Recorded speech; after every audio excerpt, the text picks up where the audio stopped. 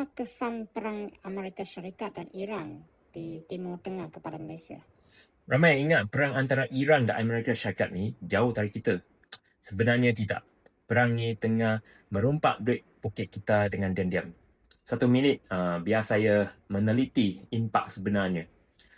Selat Hormuz ni di Timur Tengah bukan sekadar laluan minyak, tapi ia menguasai 50% ekspor urea dan 33% ekspor amonia dunia.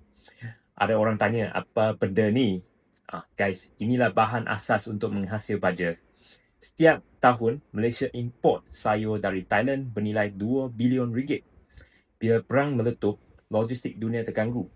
China, Russia pula sekat ekspor baja. Apakah kesannya?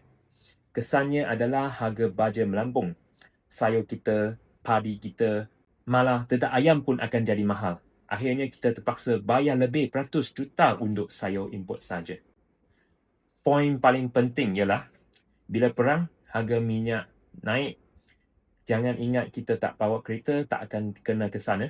Kita harus ingat, jentera tani guna minyak, pam air guna minyak, lori hantar barang pun guna minyak. Kesan domino ni akan membawakan harga plastik, logistik, pembinaan sehinggalah kos perkilangan semuanya akan melambung tinggi. Ramai dah pakar ekonomi bagi amaran kejadian di Iran ni akan membawa impak besar kepada kos sara hidup kita. Masa tu nanti bukan isu ada makanan ke tidak, tetapi isu rakyat mampu beli atau tidak. Gelaknya menteri kita pula suruh pejabat awam tanamlah sayur dan bela ayam sendiri. Ini seumpama melepaskan patuk di tangga kan?